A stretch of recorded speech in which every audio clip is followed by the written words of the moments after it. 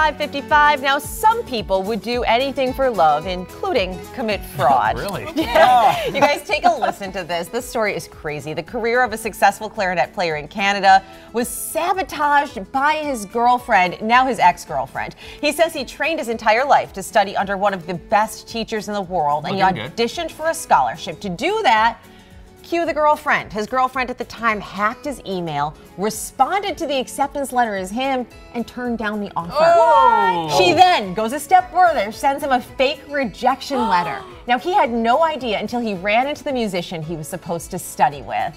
Now, since then, he has sued his now ex, and the judge ruled that that woman had to pay him about $285,000 bucks. Wow.